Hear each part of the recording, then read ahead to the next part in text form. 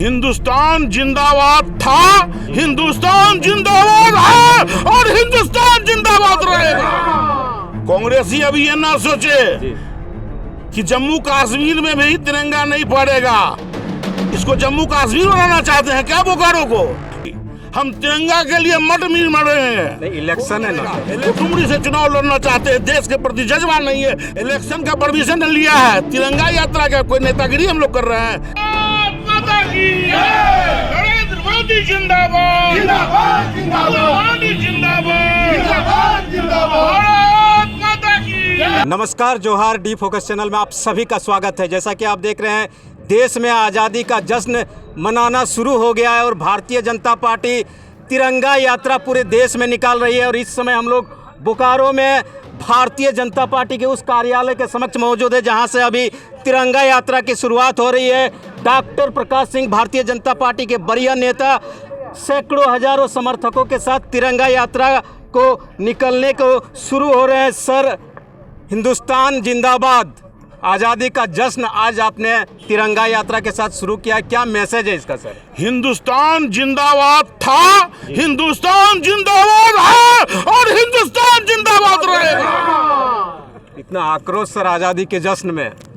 हमारे देश के यशस्वी प्रधानमंत्री नरेंद्र भाई मोदी ने कहा है कि पूरे देश में तिरंगा झंडा फहरा देना है और देश के प्रति समर्पित हो जाना है। आप देखेंगे कि नरेंद्र मोदी जी के नेतृत्व में बोकारो में काफी विकास हुआ है। आप देखेंगे कि एयरपोर्ट बना, अभी 50 करोड़ रुपया रेलवे स्टेशन के जीर्णोद्धार के लिए दिया गया। 4 लेन उन्होंने रांची तक को जोड़ा है और अभी 6 लेन बन रहा है। बोकारो की जनता 2024 में नरेंद्र मोदी जी के झोली में एक एक नया काम करेगी। प्रधानमंत्री आवास की बात करते हैं हम लोग, बड़ी संख्या में लोगों को मिला है सर। और हर घर कई योजनाएं, जैसे शौचालय जिसको बोलते हैं कि इज्जत घर, वो भी बड़ी संख्या में मिला है। क्या ये जो कंटिन्यूटी है ये आगे जारी रहेगी भारतीय जनता पार्टी को अगर 2024 में देश का आशीर्वाद मिलता है तो? निश्चित रूप से मोदी जी गरीब का बेटा है और वह गरीबी को जानते हैं। आप याद कीजिए 1-2 दशक पहले जब हम सुबह में सड़कों पर कहीं यात्रा करते थे तो हमारी माताएं बहनें लोटा लेकर बैठी हुई रहती थी। तो वह गरीब का बेटा गरीब के दर्द को समझता था, इसीलिए उन्होंने शौचालय बनवाया। और आप देखेंगे कि प्रधानमंत्री आवास योजना दिया, क्योंकि गरीब के जब कुटिया चूती है तो उसका दर्द उनको पता था। उसी दर्द को मिटाने के लिए उन्होंने प्रधानमंत्री आवास योजना दिया। और आने वाले समय में भारत विश्व गुरु बनकर रहेगा। भारत लगातार विकास की गति पर राह पर चल रही है।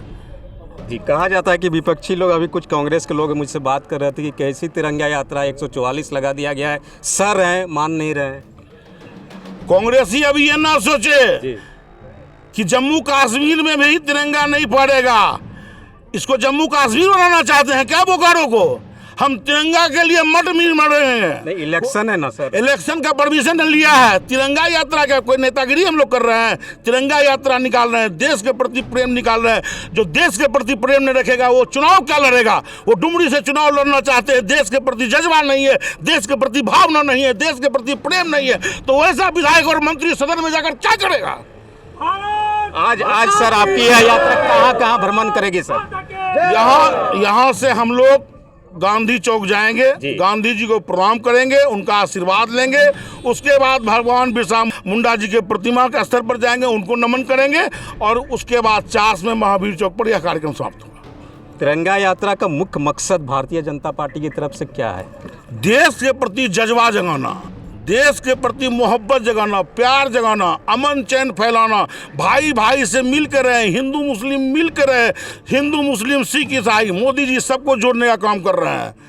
जिस प्रकार 70 सालों में कांग्रेस खंड खंड की राजनीति की, वो चीज़ नहीं होगा। अगर आज कांग्रेसी नहीं होते तो हमारा पाकिस्तान का भाई भी होता, बांग्लादेश का भाई भी होता, जो सरदार लौह पुरुष ने सपना देखा था अखंड भारत का।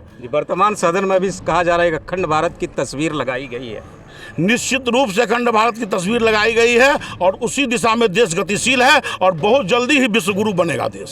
तो इनका साफ साफ कहना यह है, डॉक्टर प्रकाश, अब खंड भारत नहीं, अखंड भारत के निर्माण की तरफ भारत कदम बढ़ा चुका है। और ये जो तिरंगा यात्रा है भारतीय जनता पार्टी की, देश के एक एक नौजवान को एक साथ जोड़ने की यात्रा है और इसीलिए भारतीय जनता पार्टी पूरे देश में तिरंगा यात्रा निकाल रही है। और उसकी आप बानगी बोकारो में देख सकते हैं, डॉक्टर प्रकाश सिंह की अगुवाई में यह तिरंगा यात्रा यहां से चलकर पूरे बोकारो और चास का भ्रमण करने जा रही है। कैमरा पर्सन भोला के साथ मैं राम नारायण शर्मा।